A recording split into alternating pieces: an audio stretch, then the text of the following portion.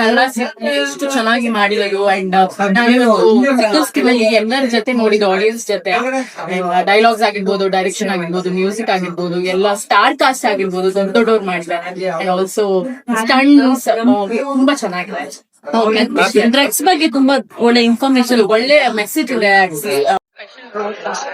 ತುಂಬಾನೇ ಖುಷಿ ಆಯ್ತು. ನಾನು ಮೊದಲನೇ ಬಾರಿ ಆಗಿರ್ಬೋದು, ಎಲ್ರಿಗೂ ಕಾಮಿಕ್ಸ್ ಆಗಿರ್ಬೋದು, direction, dialogues, music super top class ನೋಡ್ಬೇಕಾಗಿತ್ತು.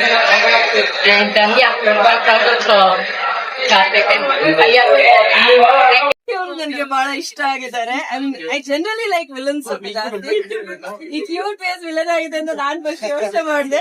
ಆಮೇಲೆ ಸಿನಿಮಾ ನೋಡ್ಬೇಕಂದ್ರೆ ನಮ್ಗೆ ತುಂಬಾ ಕ್ಲಿಯರ್ ಆಗಿ ಗೊತ್ತಾಗುತ್ತೆ.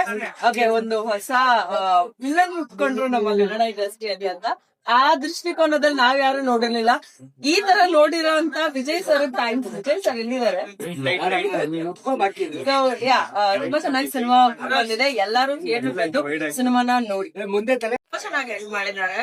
ಅಂಡ್ ಸ್ಪೆಷಲಿ ನಮ್ಮ ವಿಲನ್ ಜಾಸ್ತಿ ಜನರಲ್ ಆಗಿ ಮಾಡಿರೋ ಇನ್ನೂ ಹೆಚ್ಚಿನ ಖುಷಿ ಬರುತ್ತೆ. ಯಾಕಂತಂದ್ರೆ ಮಾತಾಡೋದು ತುಂಬಾ ಕಡೆ ನೋಡಿ. ಸೊ ಕಣ್ಣಾರೆ ವಿಲನ್ ಆಗಿ ಅವ್ರನ್ನ ನೋಡೋದಕ್ಕೆ ನನ್ಗೆ ತುಂಬಾ ಖುಷಿ ಆಯ್ತು.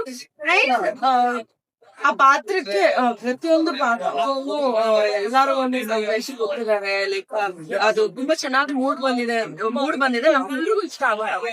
ಅದ್ರ ಜೊತೆಗೆ ತುಂಬಾ ಚೆನ್ನಾಗಿ ವರ್ಕ್ ಮಾಡಿದ್ದಾರೆ ಈ ಸಿನಿಮಾಗೋಸ್ಕರ ಅಂತ ಎವಿಡೆಂಟ್ ಬರುತ್ತದೆ. ಅಂಡ್ ತುಂಬಾ ಬಾಡಿ ಎಲ್ಲ ಮಾಡ್ಕೊಂಡಿದ್ದಾರೆ. ಲೈಕ್ ಲಾಸ್ಟ್ ಒಂದು ಶಾರ್ಟ್ ಬರುತ್ತೆ, ಕ್ಲೈಮ್ಯಾಕ್ಸ್ ಶಾರ್ಟ್ ಅಲ್ಲಿ ತುಂಬಾ ಚೆನ್ನಾಗಿ ಕಾಣಿಸ್ತಾರೆ. I wish you all the very best. And ಹೀರೋಯಿನ್ಗಳು ಕೂಡ ತುಂಬಾ ಚೆನ್ನಾಗಿ ಆಕ್ಟ್ ಮಾಡಿದ್ದಾರೆ. ಸೊ ಆಕ್ಟಿಂಗ್ ವಿಷಯದಲ್ಲಿ ಈ ಸಿನಿಮಾದಲ್ಲಿ ಯಾವುದೇ ತರಹದ ಕೊರತೆ ಖಂಡಿತವಾಗ್ಲೂ ಇಲ್ಲ. ಅದ್ರ ಜೊತೆಗೆ ಯಾವ ಜಾಗದಲ್ಲಿ ಯಾವ ಒಂದು ಐಟಮ್ ನ ಫಿಟ್ ಮಾಡಿದ್ರೆ ಇದು ನೀಟ್ ಆಗಿ ಒಂದು ಪ್ರಾಡಕ್ಟ್ ಆಗಿ ಹೊರಗಡೆ ಬರುತ್ತೆ ಅನ್ನೋದನ್ನ ವಿಜಯ್ ಸರ್ ತುಂಬಾ ಕ್ಲೀನ್ ಆಗಿ ನೀಟ್ ಆಗಿ ಪ್ರೆಸೆಂಟ್ ಮಾಡಿದ್ದಾರೆ.